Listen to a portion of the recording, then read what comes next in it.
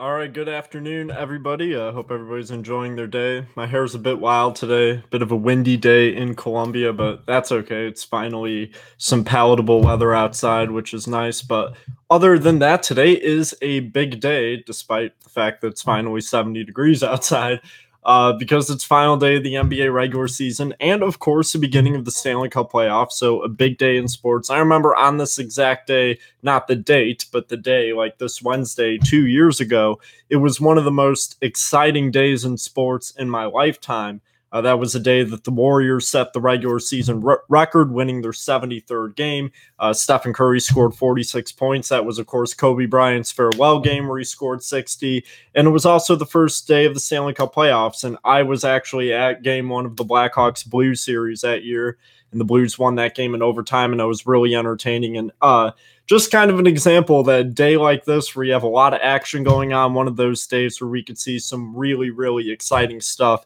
And luckily, the final day of the NBA regular season is kind of poised for that to happen. And it usually isn't. Most of the time, a lot of the games just don't matter. But in this instance, this year, there are a few games that really, really matter. Of course, there's one of already talked about, which is the Nuggets Timberwolves matchup. Minnesota is a 3.5 point favorite for tonight's game. They host the Nuggets. The winner of that game goes into the postseason as the 8th seed and will play Houston in the first round.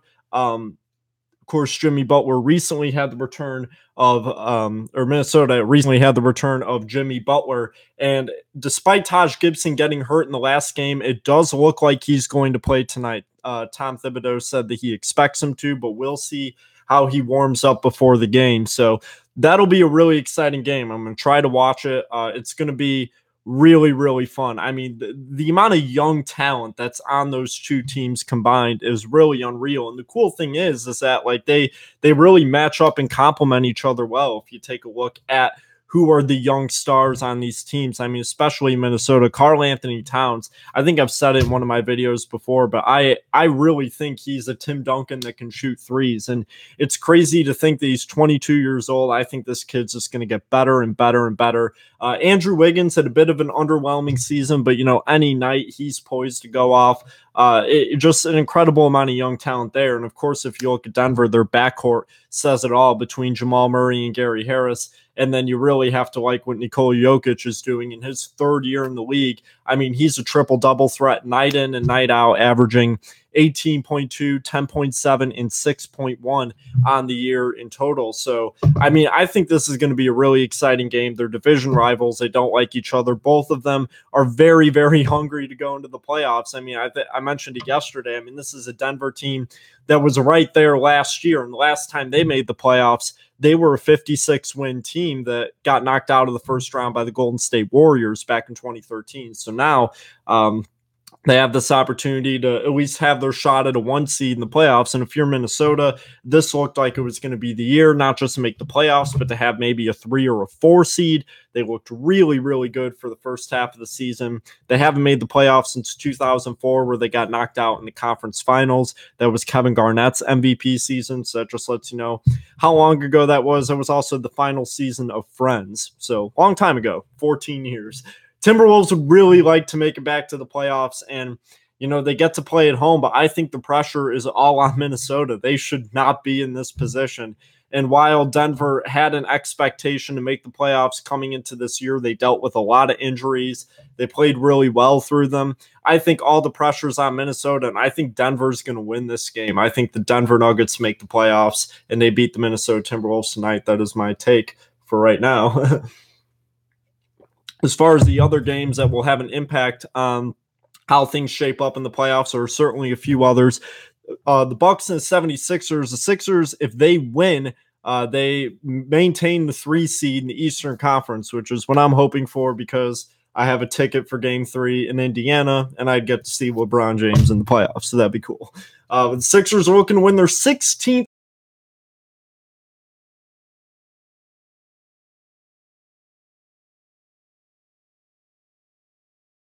looming. So a lot of things to look forward to if you're a Philadelphia fan. And after already getting 2 rings with the Eagles and Villanova, they're looking for a third, and the Flyers are in the playoffs as well, and they get a chance against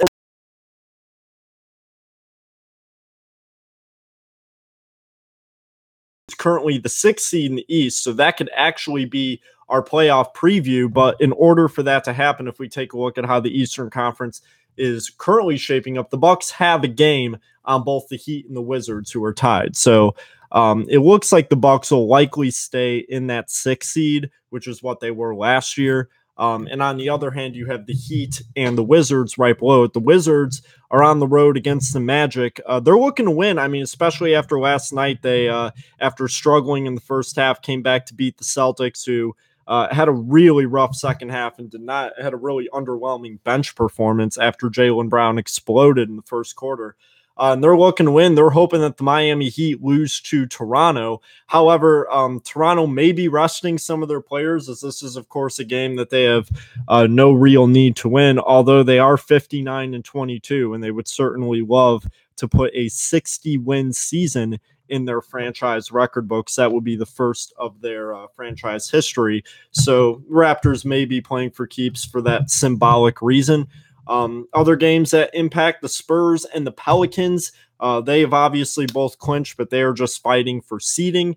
Grizzlies and the Thunder, Thunder just looking to pick up a win to improve their seeding. And then the other one that does make a difference is the Jazz Trailblazers. That is essentially a play-in game to decide the 3 and the 4. The loser will be the 4. The winner will be the 3. Portland, a 3.5-point favorite. And it's tough to say what kind of difference that makes, because seeds 3 through 8 are still to be determined, and really 5 through 8 are really to be determined. As in we don't know who's going to end up in any of those. So it's going to be really interesting. I think tonight will be a lot of fun for basketball. There's going to be a lot of really exciting games to watch. And tomorrow I'm going to try and at least do a couple of these series preview videos. That's going to be my next project, I guess, and I'm going to do one for all 8 series, give a good analytical take, and then basically tell you what I think is going to happen. Last year they were a lot easier to predict. I got 7 of the 8 outcomes right. I picked the Clippers to beat the Jazz. But this year, I really don't think that's the case. I think these series are going to be really tough to call. I think especially when you look at the upper echelons of these conferences are not as, no doubt. And maybe it's not, I shouldn't be saying that they're not as good, but I think it's that the lower half of both conferences is better this year if we're looking at the playoff teams. I think especially in the Eastern Conference, there's a chance of the Boston Celtics getting knocked out in the first round, of course, with all the injuries that they have dealt with. And I think if you go to the Western Conference, the Golden State Warriors, after getting just blasted by Utah last night in their final game of the season, everybody played too. They don't look in good shape, and they're not going to have Stephen Curry. So if they play an Oklahoma City team that may end up being the 7th seed that is really hungry to make a difference against the Warriors in the playoffs, I mean, watch out. Like, that can be a very, very difficult situation for the Golden State Warriors, because that's a matchup that they've had trouble with all year, even when they've been playing well. So I think that that's something that Golden State definitely has to look out for. That would be a tough matchup. But even if they avoid Oklahoma City, I don't think that playing New Orleans or San Antonio gets significantly easier with how they've looked recently. And I'm not doubting that they can flip a switch, but let's face it, they haven't slumped into the playoffs ever. So it's unpredictable in that sense. We don't know how they're going to react against, a team that, now looking at how the Warriors have played recently, and, especially because a lot of those lower seeded teams in the playoffs have been playing better basketball recently, their level of confidence against the Warriors is probably a lot higher. They probably think that they have a shot, whether that's the Thunder, the Pelicans, or the Spurs. I think that all 3 of those teams now have an increased level of confidence in their ability to take down Golden State in a 7-game series. Now, obviously, it's still a long shot, but I don't think it's impossible. I really don't. And I really don't think it's going to be a sweep or maybe even a 5-game series. Like, I am expecting Golden State to be in a 6-game series in the first round, no matter who they play. I think the Spurs find a way to sneak out too. I think that Anthony Davis will win you 2 games with New Orleans. And I think the Thunder could win a series. So putting all those things into account, Golden State has some things that they can and really should be worried about heading into the playoffs. This is not as clear cut as anybody from the Bay Area would have liked to believe here in the second week of April. So it'll be really, really intriguing to see how that plays out in the early games of these series. But that will certainly be really exciting. I'm really looking forward to it. Also looking forward to watching Stanley Cup playoff hockey. I don't really have any valid takes on it. I just haven't followed it enough this year, but it's always, some of the most exciting sporting events you could watch. I mean, if you're, looking at games that are constantly going down to the wire, and then when they go into overtime and double overtime and triple overtime, and I'm lucky to say I've been to a lot of really exciting playoff hockey games in Chicago. And, it's unreal, especially when games go into overtime. I just don't think that sense of intensity is really replicated in too many other sports and even in the playoffs. And I love the NBA playoffs pretty much more than anything. But at the same time, it's such a unique and different type of intensity with the Stanley Cup playoffs, especially when you have a game that goes into overtime. That's when things really do get wild. But yeah, I mean, taking a look at the playoff teams and, what I think that the Warriors are susceptible to a first round upset. I think that, really both conferences are more wide open than people would like to believe. And I think in the Eastern Conference, I know I've already stated I've kind of given up on my team, but I mean, I think it could be Toronto, it could be Philly, it could be Cleveland, whoever ends up playing the Celtics, if they end up getting out of the first round, like there's a lot of possibilities for how the Eastern Conference can play out and how that conference final is going to shape up. And then the West, I don't really think Houston's susceptible to a first round upset, but I think Golden State is. And then from all those other teams, I think the 4-5 in the West is going to be extremely entertaining, and so will the 3-6. And then whoever comes out of those, like, who knows? And that's what makes this year so exciting, is that there is finally a bit more ambiguity into heading into the postseason. We kind of don't know how some of these series are going to turn out and how some of these matchups are going to turn out, especially because it's, the day of game 82 and we don't know any of the matchups. And I think that certainly says something for how exciting and, turbulent the season has been. And certainly some of it goes to the injuries that have happened to so many star players. But at the same time, it is resulted, not that solely, but a lot of it has resulted in some really, really entertaining basketball. And I'm certainly looking forward to how a lot of this is going to play out moving forward. So, that's my take for tonight. I'm going with the Denver Nuggets making the playoffs. Some other general basketball news. The Cavaliers signed Kendrick Perkins to their playoff roster. He hasn't been in the league since 2016. The former NBA champ with the 2008 Celtics is back, and he got the final roster spot for Cleveland. Vince Carter says he's coming back for year 21. That's shortly after Dirk Nowitzki announced that he would be doing the same. Looks like Matthew Dellavedova has been cleared to return to play for Milwaukee. For Houston, Luc Mbah a Moute looks like he's going to miss the first round. So just some minor stories coming out, and then we'll see how things play out tonight. And then over to the MLB, we certainly have some teams. I mean, you look at the 6 divisions, 5 of them have teams on top that have really, really been playing solid baseball so far. And it was a full day of baseball yesterday. The Cubs had their home opener spoiled by the Pittsburgh Pirates, who are now 8-2. They won 8-5 at Wrigley. Tyler Chatwood struggled later on in his start, and Pittsburgh was able to hold on late. The Blue Jays ended up beating the Orioles 2-1, Baltimore 4-8, and Toronto is 8-4. Got off to a better start than many thought. The Rays edged out the White Sox 6-5, picking up a couple of wins against the Southsiders. The Indians edged the Tigers 2-1 in a close matchup. They're now tied for Minnesota for first. The Padres beat the Rockies again 5-2. It was Seattle and King Felix over Kansas City 8-3. The Dodgers shut out the A's 4-0 on the pitching of Hyunjin Ryu, who went 6 shutout innings with 8 strikeouts. The Mets beat the Marlins 8-6, and they are 9-1 now. They're tied with the best record in baseball.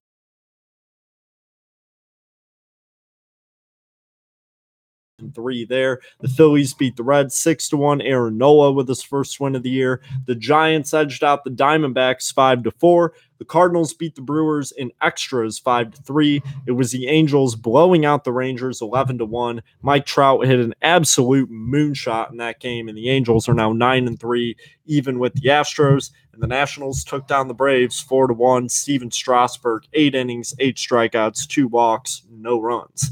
So where you kind of see a scope of what has been going on in the MLB. And surprisingly, Pittsburgh has been off to a really good start. And I think there are a lot of questions about how that team would adapt in the post-Andrew McCutchen era. But one of their returns from that trade, Kyle Moran has been playing outstanding ball so far. And he's really been a contributing piece. I think we're finally seeing the breakout season of Gregory Polanco. They can expect to have a full year of Starling Marte, who missed half the year last year with a PED suspension, and the rotation's good. I mean, having a guy like Jameson Taillon at the top of it, who's now kind of, fitting into that role as the team's best pitcher. It's not a great rotation, but it's something that can certainly suffice, especially, if their lineup is going to perform better than a lot of people expected it to. But I think the big story, along with how the Mets have been 9-1, I mean, the Boston Red Sox look for real. And I think how they played so far, I think this is what a lot of people were expecting Boston to be last year. Because it's really not that different of a roster. Granted, you add JD Martinez, and that certainly makes a difference. But it's really just guys that they've had in the system that are just getting older and better. And I mean, Mookie Betts is hitting .432 right now. He was 4 for 4 last night with a homer and 2 doubles. You have Andrew Benintendi, who's been struggling a little bit, but he's somebody that you can expect to work out the kinks and get better. Hanley Ramirez has been outstanding this year so far. Rafael Devers getting his first full year in the big leagues, and their rotation is still, as good as it possibly could be. I mean, so far this year, Chris Sale, David Price, and Rick Porcello have all looked really good. And I think that makes a big difference moving forward because I have the bullpen that can back it up. And I mean, this is a team to be afraid of. And while I still think that the Yankees are going to make a push for it, the Red Sox look good. And I think after, the 2 playoff exits in the past 2 years where they had really, really strong regular seasons and looked poised to really make a run in the playoffs, and neither year they could pull it off. I think this year, this is a really hungry team. And maybe it was just because they were playing the very hyped Yankees for the first time. But I really do think that the Boston Red Sox are one of the better teams, if not, could be one of the best teams in baseball. And I certainly think they're going to make the playoffs. I did not think that they'd be, this dominant early on. Of course, it's a 10 game, so you can't look into really anything so far. But I think if you're a Red Sox fan, you really have to be pleased with what your team's put out. And, looking at just how things have shaken up so far, the AL West looks to be a very intriguing division, especially with those top 3 teams, Houston, LA, and Seattle. I think, LA and Seattle both really, really want to make it back to the playoffs this year. Of course, Seattle is the longest postseason drought in baseball. They haven't made it since their 116 win season in 2001. And, they're 5-4 right now, 2.5 games back. And, just trying to keep themselves together. And I think what a lot of these teams that look to be borderline playoff teams, especially with that second wild card spot, a lot of it is just if you could stay relatively in it, around 500, a little bit above for most of the year, you can make a push at the end of the year if you can go on a streak and play really good baseball. And we've seen it happen multiple times. Every time I hear that narrative, I automatically think of the 2007 Colorado Rockies, who went on that crazy roll at the end of the year and ended up riding it to go to the World Series. But, that's what makes baseball exciting. And I think that's what will make the AL West exciting is you're going to have 2 teams fighting for that wild card spot and then another team looking for that division. So it's going to be really, really exciting to see how that plays out. But other than that, that's all I have for you today. Enjoy a lot of exciting sports night between Stanley Cup playoffs. There's 3 games going on tonight. Final day of the NBA regular season. Of course, more baseball. It's always something to watch. Thank you for tuning in to another episode of Pick and Pop. This has been Peter Marzano. Have a good afternoon.